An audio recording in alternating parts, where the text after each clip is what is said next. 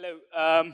So yeah, so my original topic was pretty long, so I sort of cut it down to FHE apps.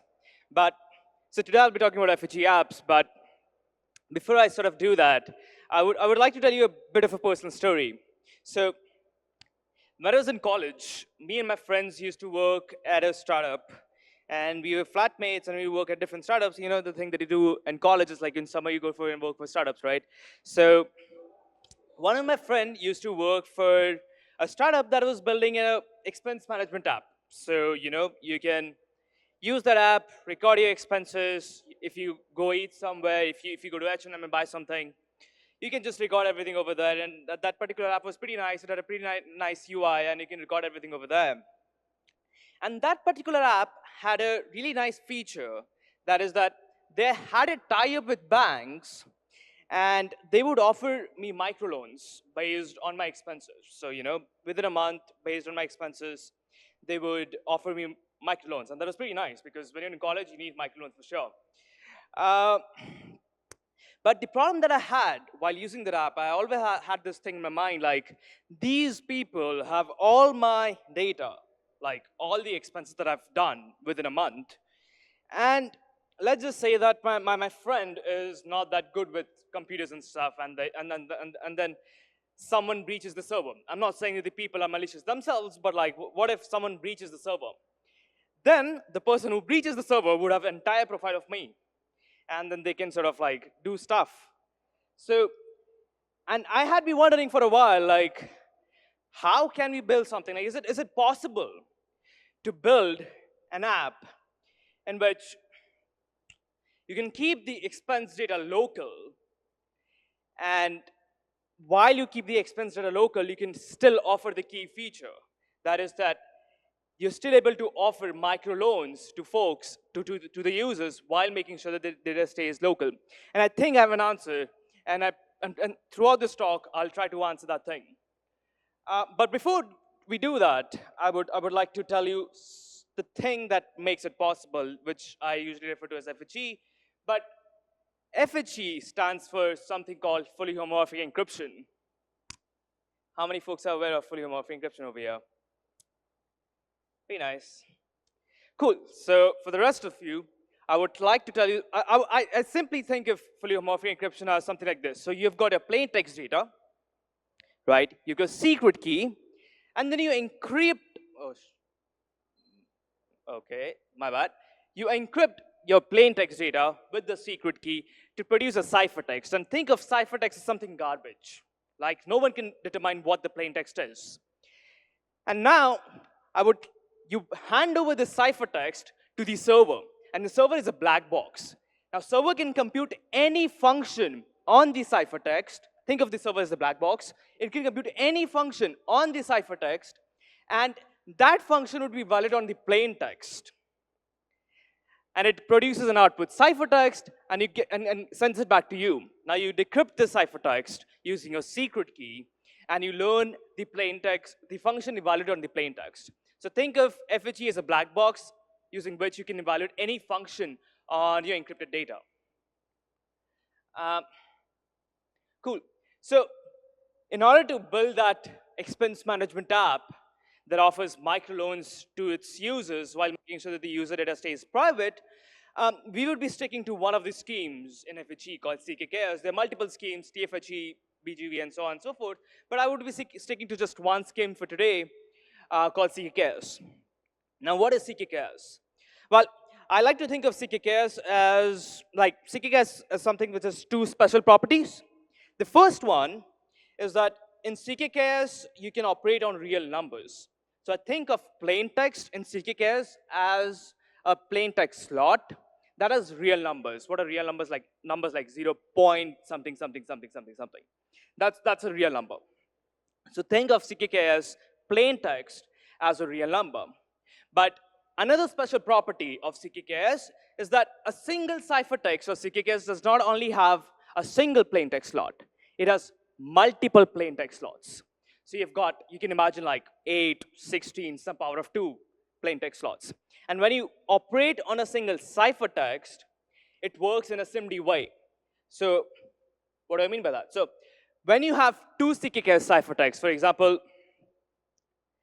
this is a ciphertext, this is another ciphertext. When you multiply two ciphertexts, the arithmetic happens element-wise. So you get A0, A1, A0, A1. It's a multiplication of A0 and A1, and so on and so forth. And same applies for addition, subtraction. In CKKs, you do not have division. Its division are pretty hard in most of cryptography, not just FHE. And as a rule of thumb, CKK is very amenable to linear transformations. And nonlinear transformations like, let's say, activation functions, divisions, exponential functions like ETHTaipei and so on and so forth are pretty hard to do as well, but you can sort of like do them using polynomial approximations, but then too they're expensive. But for the rest of the talk of today, I would mostly focus on linear transformations. I would not go into nonlinear transformations and polynomial approximations and so on and so forth. Cool. So there's another thing in CKKs. As I mentioned, that a CKK ciphertext, you can imagine a CKK ciphertext as a plain text that has multiple slots, like a vector. Well, when you have a vector, what are the most intuitive thing that you can do with a vector? You can rotate it. The same thing can happen with CKK ciphertext as well. You can think of CKK ciphertext divided into two halves, upper half, lower half, and you can perform rotations, left and right rotations. Well, when I say left rotation, I mean up rotation. Right rotation means down rotation. So you can perform rotations within the ciphertext. You can also swap the rows, so you can swap this with this and this with this. Homomorphically, like no one learns anything. What is the plain text? But this happens on the plain text. Okay, so coming back to the main question, how can we provide microloans to the users while making sure that their expense data stays local? Like they do not have to send their expense data to the server. Well, how would you do it normally? Let's just try to reason through how would you do it normally. Well, the normal way is that the user's data is on the server, and the server would build a model, like it would train a machine learning model, which would take the user data and try to predict how likely is it the case that if a microloan is offered to this particular user, they would be able to pay it back. And this is known as default rate. Right? So what is the default rate based on users' data for a particular loan? Let's say 100 USD or something like that. That's the normal way. And in the normal way, the user data is on the server. So let's just say that particular model, in this case, is the logistic regression model. And what is the logistic regression model? Well, you can think of logistic regression model as a bunch of as a collection of features. Any feature could be income of the user. What is the expense frequency of greater than 100 USD or 1000 USD? What is their past expense average per month? And these are the user features. These are the features for the logistic regression model. And based on user data, the server would calculate user score for these features. So you can imagine that the income could be, let's say, 50 grand. Expense frequency greater than 1000 could be 10, and so on and so forth. So based on these features and based on user data, the server would calculate these the corresponding user score. And then the logistic regression model is trained for a bunch of weights. So what are weights? Like a logistic regression model has multiple weights. Each particular feature has a corresponding weight. And using this corresponds, xi corresponds to user score on that particular feature. Using that, the server would calculate z, and then will calculate the probability. Cool. So now the problem is that over here, the user data is stored on the server. But our condition is that we want to be able to calculate this thing, z, which is based on user data, locally. Like we do not want the user to send their data to the server. what can happen is that, let's say using CKKS, which is a FHE scheme, the user would encrypt. The user would first calculate their own score locally. So they would take the feature score and then calculate their own feature scores locally, and then encrypt these feature scores, send it to the server, and the server would evaluate the logistic regression model, produce an output ciphertext, send it back to the user, and the user would decrypt it, generate a proof of decryption, which is trivial, and then share the probability with the server.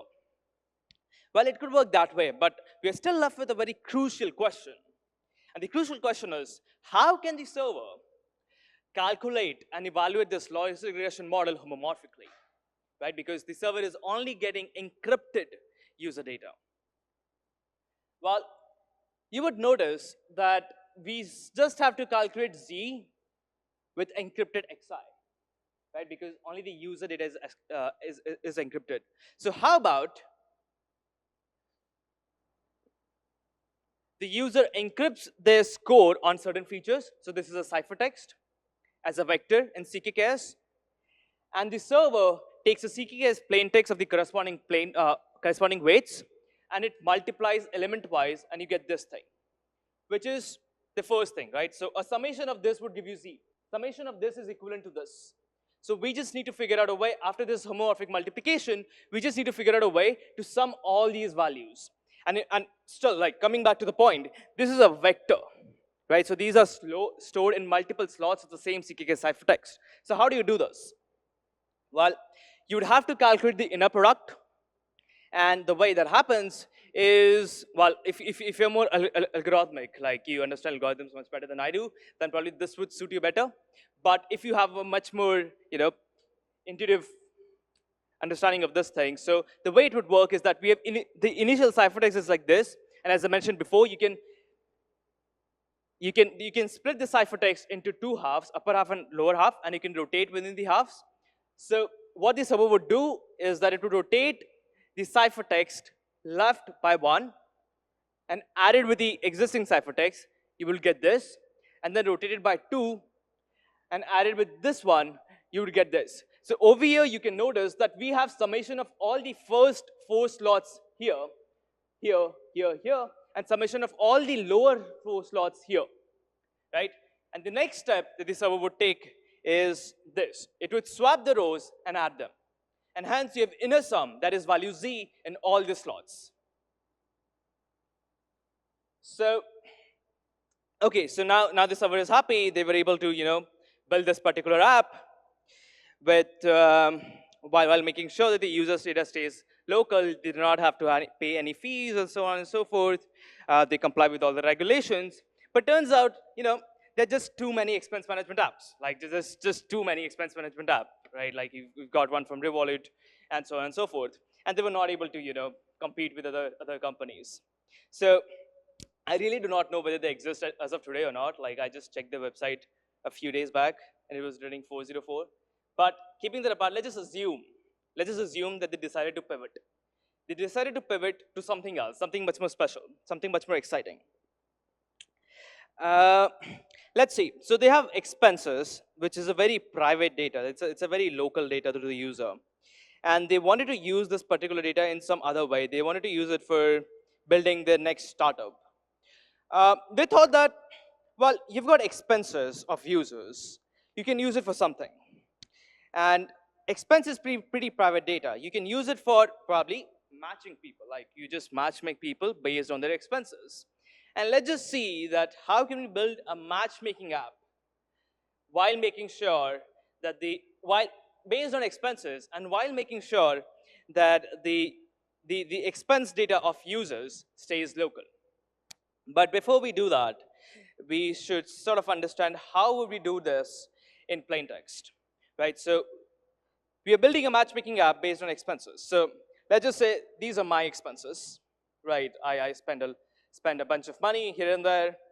The first thing that we can do is that we can categorize this data, right? So we have got multiple categories.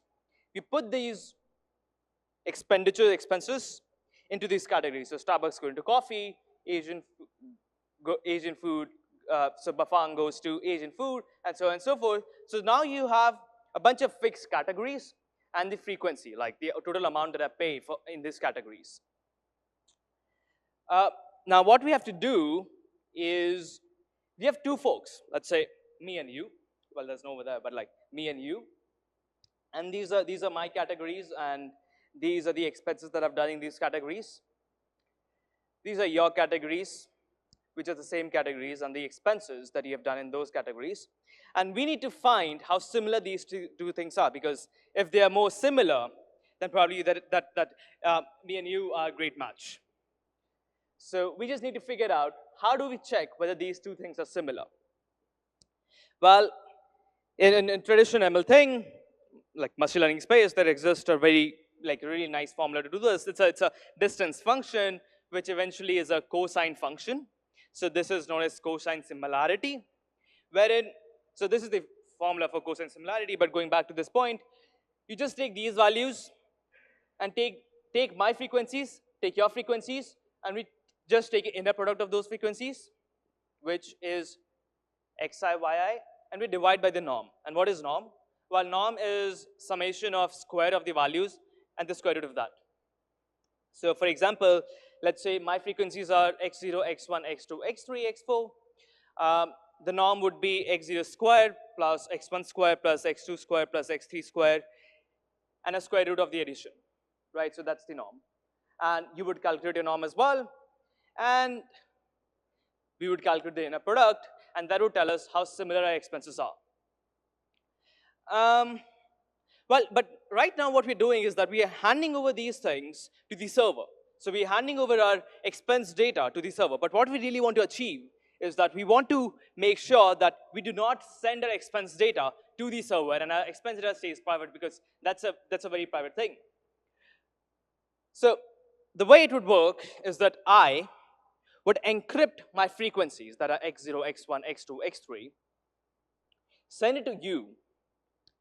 You would somehow homomorphically, I encrypt it using CKKS, send it to you. You would somehow homomorphically calculate this cosine function and send me the output ciphertext. I'll decrypt the output ciphertext and share the similarity score with you. So if the similarity score is high, then you and I match really well. If the similarity score is not high, if it is low, then we do not speak after that. So how do you calculate this thing? Well, the first observation you need to make is that this is the cosine function, but this is equivalent to this particular function. And the special thing about this particular function is that instead of encrypting my frequency vector, that is x0, x1, x2, x3, I can instead encrypt x1 by the norm of x, and so on and so forth. So the ciphertext that I will send you would have plain text x0 by the norm, x1 by the norm, and so on and so forth. And then this entire cosine function translates to a simple homomorphic inner product. And this is similar to the thing that we did before over here. So over here we saw how to calculate the inner product between two particular ciphertexts. And the same thing should be done over here as well. So you can think of this as a ciphertext, this is the plain text, and we calculate the homomorphic product of this. You send me the output ciphertext, I decrypt it and share the value with you. And that is it. So now you have built a really good app. But again, things had to pivot, the presentation should go on. So these folks decided to pivot again, right? So they tried building this social app, dating app, but this did not work well, because there are just too many social applications, right? The market is too populated, and you had to reply to the ventures. So they decided to pivot from this particular thing. And one of them was one of the co-founders of the particular startup was he was pretty innovative. He was very experienced. He was a doctor, right? And he thought that we should do something for the doctors, and he thought that we should do something different and something special for the hospitals. And he came up with an idea, and he went around speaking to the hospitals, different hospitals, and he noticed one particular thing, that hospitals out of the service do not it looks like everything goes well inside the hospitals, but like they do have problems. And there's one specific problem in hospitals. I mean, there are many, honestly, but like there's one specific problem in hospitals that you can solve using FHE. And the problem is that hospitals have private patient data. You're a patient, you go to the hospital for medication, you get a medication, and the hospital learns how effective your particular medication is. But the point is, a particular hospital does not have a view of all the patients in all the hospitals. It only has view on the effectiveness of a particular medication in its own hospital. In order to get the view of all the hospitals, it needs to communicate with the hospitals. But the point is that you cannot share your private patient data with the hospitals due to regulations and so on and so forth. So is it possible that we can solve this problem? This problem looks very much suitable to FHE, right? Like if I can compute unencrypted data, that I can do something with this. But like, is it possible that we can solve this particular problems of hospitals with FHE? Well, that's true. It is possible, but in order to do that, we'll have to first learn something new about FHE, right?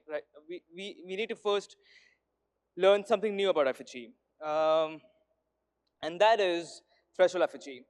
Well, you see, all this while, I've been describing about FHE as a single key thing, right? You have a particular user, and that user encrypts the plain text using the secret key, and it is only that user that is able to decrypt the output ciphertext.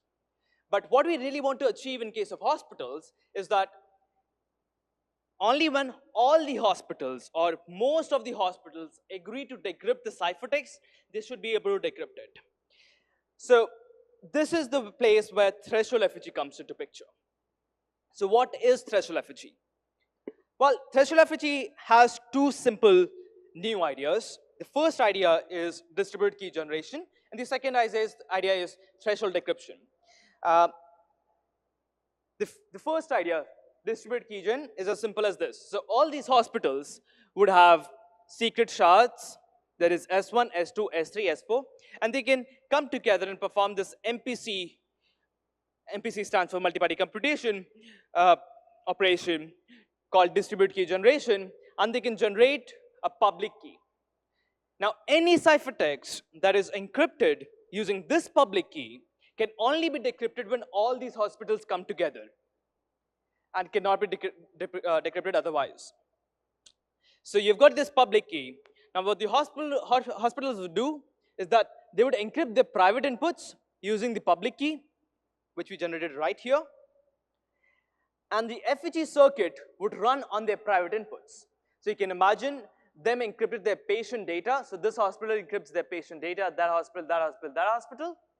And then you can imagine this particular FHE circuit being as any statistical analysis, like Kaiser's Kaplan-Meier survival test or some other test. Could be any arbitrary FHE function, and it outputs another ciphertext. Now, once you have this output, which sort of encrypts any of the statistical analysis test output, you can simply decrypt it. So all these hospitals again come together, and they perform threshold decryption on the encrypted output, and they get the output. And that's it. That's it. Thank you.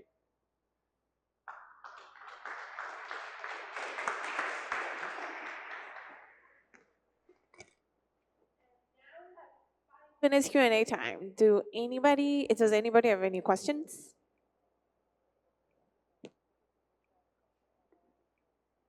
Can you characterize how expensive it is to run? I mean, you can give an example of interesting things we can run practically, perhaps. Yeah. So all these things are practical. They're very, very easy to run. I've not delved into more complicated circuits. It is, at present, like I would say, it is very much practical to run.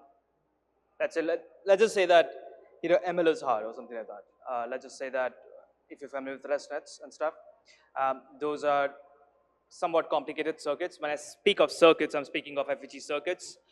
These are like FHE functions. They are much more complicated, but I think they're practical to run. Like, for example, you can imagine RESTnet 20 or RESTnet 51 being run in FHE. So it's yeah, that's it. So on GPUs, it should take you around 15 milliseconds for a single inference of ResNet 18, I believe. On CPUs, it might take probably 20x of that. On FPGAs, probably a lot less. And on ASICs, a lot less. Any more questions for Janmajaya?